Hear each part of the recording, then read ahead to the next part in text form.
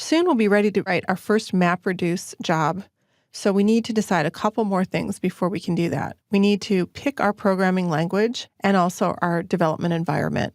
So I'm going to be showing the majority of the samples in Java, which also requires installation of the JDK. It is also common to have MapReduce jobs written in other OOP or programming languages. One example is Python. And increasingly, we're seeing bridges between data-centric languages like the R language, which is a statistical language and is more frequently being used as there's interesting implementations of Hadoop data scenarios. Now, in order to work with these programming languages, although you could use a text editor, I prefer to use an IDE. So the IDE that I'll be working with primarily is Eclipse for Java, and you'll see that in the virtual machine. Now, Cloudera's virtual machine does include an Eclipse installation.